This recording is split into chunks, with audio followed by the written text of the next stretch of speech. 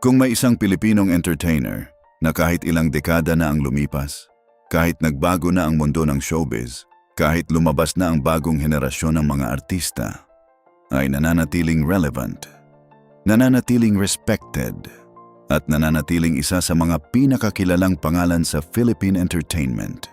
Isa lang ang sagot. Edu Manzano. Ang aktor, ang host, ang comedian, ang dating vice mayor, at ang ama ng isa sa mga pinakasikat na young actors sa Pilipinas ngayon, si Luis Manzano. Pero narito ang bagay na hindi alam ng karamihan. Hindi lang siya isang matagumpay na entertainer, hindi lang siya isang kilalang personalidad. Dahil ang tunay na kwento ni Edu Manzano ay nagsisimula sa isang batang ipinanganak sa San Francisco, California, na lumaki sa dalawang mundo, ang Amerika at ang Pilipinas, na nagsimula sa showbiz nang hindi niya inaasahan. At ngayon ay may kayamanang nagkakahalaga ng milyon-milyon na kinabibilangan ng mga luxury cars, mga ari-arian, at mga negosyo. At ngayon, sasabihin ko sa iyo ang buong kwento. Mula sa simula, hanggang sa kung gaano nga ba siya kayaman ngayon. Simulan natin sa simula. Ang buong pangalan ni Edu Manzano ay Eduardo Quintos Manzano. Ipinanganak noong Enero 28, 1952 sa San Francisco, California, United States. Ang kanyang ama ay si Lamberto Manzano at ang kanyang ina ay si Pilar Quintos, parehong Pilipino. Siya ay lumaki sa dalawang mundo, ang Amerika at ang Pilipinas, na nagbigay sa kanya ng isang natatanging perspektibo sa buhay. Pero ang simula ng kanyang showbiz career ay hindi ang inaasahan ng karamihan. Dahil si Edu Manzano, bago pa man siya naging isang kilalang entertainer, ay nagtrabaho muna sa iba't ibang larangan. At ang kanyang pagpasok sa showbiz ay hindi isang maingat na planong desisyon. Ito ay isang pagkakataon na dumating at sinunggaban niya. At mula sa sandaling iyon, ang buhay ni Edu Manzano ay hindi na naging pareho. Pag-usapan natin ang showbiz career ni Edu Manzano. Si Edu ay nagsimula sa Philippine entertainment industry noong 1970s at mabilis na naging isa sa mga pinakasikat na entertainer sa bansa. Siya ay kilala sa kanyang versatility dahil kaya niyang gumawa ng comedy, drama, at kahit action. Pero ang pinakakilala si Edu Manzano ay hindi sa kanyang mga pelikula o teleserye, kundi sa kanyang pagiging isang host. Siya ay naging isa sa mga pinaka-iconic na hosts sa kasaysayan ng Philippine television at ang kanyang chemistry sa kanyang mga co-hosts ay naging isa sa mga pinaka-admired na bagay sa industriya. At sa loob ng maraming dekada, si Edu Manzano ay naging isang fixture sa Philippine entertainment. Isang pangalan na hindi maaaring kalimutan at isang presensya na palaging nararamdaman kahit sa telebisyon, kahit sa pelikula, kahit sa politika. Ngayon, pag-usapan natin ang isa pang mahalagang bahagi ng buhay ni Edu, ang kanyang karera sa politika. Noong 2001, si Edu Manzano ay naging Vice Mayor ng Makati City sa ilalim ng administrasyon ni Mayor Jehomar Binay. At sa kanyang panahon bilang Vice Mayor, si Edu ay nagpakita na siya ay hindi lang isang entertainer, kundi isang taong may tunay na pagmamalasakit sa kanyang komunidad. Pero ang kanyang karera sa politika ay hindi nagtagal ng matagal.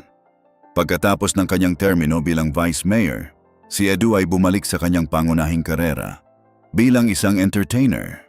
At iyon, ang desisyong bumalik sa showbiz, ay nagpapakita ng isang bagay na hindi laging ginagawa ng mga politiko, ang pagkilala sa kung saan ka tunay na nag-aambag. At sa kanyang pagbabalik sa showbiz, si Edu ay patuloy na nagbigay ng mga memorable na performances at patuloy na naging isa sa mga pinaka-respected na entertainers sa bansa. Ngayon, pag-usapan natin ang pinaka-importanting tanong sa video na ito. Gaano na kayaman si Edu Manzano ngayon? Ayon sa mga ulat, ang net worth ni Edu Manzano ay tinatayang nasa pagitan ng 100 milyong piso hanggang 200 milyong piso. Isang malaking halaga para sa isang taong nagsimula sa isang simpleng pamilya. Pero narito ang bagay na nagpapakita kung gaano siya ka-wise pagdating sa pera. Ang kayamanan ni Edu Manzano ay hindi lang nagmumula sa kanyang showbiz career. Ito ay nagmumula sa iba't ibang pinagkukunan na nagpapakita ng kanyang karunungan bilang isang negosyante. At ang mga pinagkukunan ng kanyang kayamanan ay kinabibilangan ng una, ang kanyang showbiz career na nagbibigay sa kanya ng consistent na kita mula sa mga TV shows, pelikula at endorsements. Pangalawa, ang kanyang mga real estate investments na nagbibigay sa kanya ng passive income. At pangatlo, ang kanyang mga business ventures na nagpapalakas ng kanyang financial portfolio. Pag-usapan natin ang mga ari-arian ni Edu Manzano. Ayon sa mga ulat, si Edu ay nagmamay-ari ng isang malaking bahay sa isang exclusive na subdivision sa Metro Manila. Ang kanyang tahanan ay nagpapakita ng kanyang matagumpay na karera at ng kanyang maayos na pamamahala ng kanyang pera. Pero hindi lang bahay ang mayroon si Edu. Ayon sa mga ulat, si Edu ay isang car enthusiast at ang kanyang koleksyon ng mga sasakyan ay nagpapakita ng kanyang pagmamahal sa mga magagandang kotse, kasama sa kanyang koleksyon ng mga luxury vehicles na nagkakahalaga ng milyon-milyon. At ang kanyang mga sasakyan ay hindi lang para sa pagpapakita. Para kay Edu, ang mga kotse ay isang paraan ng pagpapahayag ng kanyang personalidad at isang patunay ng kanyang matagal na pagsisikap sa industriya. Ngayon, pag-usapan natin ang isa sa mga pinakaimportanteng bahagi ng kayamanan ni Edu, ang kanyang mga endorsements. Sa loob ng maraming dekada, si Edu Manzano ay naging endorser ng iba't ibang brand mula sa mga consumer products hanggang sa mga financial services. At narito ang bagay na nagpapakita ng kanyang halaga bilang isang endorser kahit sa kanyang edad, kahit maraming mas batang artista ang lumabas. Si Edu Manzano ay patuloy na hinahangad ng mga brand bilang kanilang endorser. Bakit?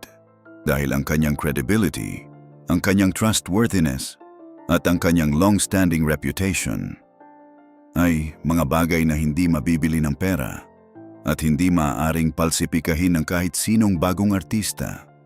At iyon, ang kanyang credibility, ay nagbibigay sa kanya ng isang bagay na mas mahalaga kaysa sa kahit anong award, ang patuloy na kita, kahit sa kanyang pagtanda. Ngayon, pag-usapan natin ang isa sa mga pinaka-touching na bahagi ng kwento ni Edu, ang kanyang relasyon sa kanyang anak na si Luis Manzano. Si Luis Manzano, ang anak ni Edu sa kanyang unang relasyon, ay naging isa sa mga pinakasikat na young entertainer sa Pilipinas. At ang relasyon ni Edu at Luis ay naging isa sa mga pinaka-admired na father-son relationships sa Philippine showbiz. Pero ang relasyon nila ay hindi laging madali. Dahil si Luis ay lumaki nang hindi laging kasama ang kanyang ama. At ang pagbuo ng kanilang relasyon ay nangangailangan ng oras at ng pagsisikap ng dalawa. Pero ngayon, si Edu at si Luis ay may isang malapit at magandang relasyon na nakikita ng publiko sa iba't ibang okasyon. At iyon, ang pagbuo ng isang malapit na relasyon sa kanyang anak kahit huli na, ay nagpapakita ng isang bagay na mas mahalaga kaysa sa kahit anong kayamanan. Ang pagmamahal ng isang ama sa kanyang anak. At para kay Edu Manzano, iyon ang pinakaimportanteng kayamanan sa kanyang buhay. Isang batang ipinanganak sa San Francisco na lumaki sa dalawang mundo, na pumasok sa showbiz nang hindi inaasahan, na naging isa sa mga pinakasikat na entertainer sa kasaysayan ng Philippine television, na naging vice mayor ng Makati, at ngayon ay may kayamanang tinatayang 100 milyong piso hanggang 200 milyong piso, na kinabibilangan ng mga luxury cars, mga ari-arian, at mga negosyo. Iyon ang kwento ni Edu Manzano. Pero ang pinakaimportanteng bagay tungkol sa kanya ay hindi ang kanyang pera, hindi ang kanyang mga kotse, hindi ang kanyang mga ari-arian, kundi ang katotohanan sa loob ng mahigit 5 dekada sa industriya, na natili siyang respected, na natiling may integridad, na natiling may dignidad, na natiling ang parehong Edu Manzano, na kilala at minahal ng bawat Pilipino. Kaya sa susunod na makita mo si Edu Manzano sa telebisyon, huwag mo lang siyang tingnan bilang isang mayamang artista. Tingnan mo siya bilang isang patunay na ang tunay na kayamanan ay hindi lang nasusukat sa pera o sa mga kotse o sa mga ari-arian. Nasusukat ito sa kung gaano kakatagal na natiling totoo sa iyong sarili. Sa gitna ng lahat ng pagbabago sa paligid mo, iyon ang tunay na kayamanan ni Edu Manzano. Ano ang nararamdaman mo sa kwento ni Edu Manzano? Sino ang paboritong Edu Manzano moment mo? I-comment mo sa baba. At huwag kalimutang mag-subscribe para lagi kang updated sa aming mga kwento. Salamat sa panood.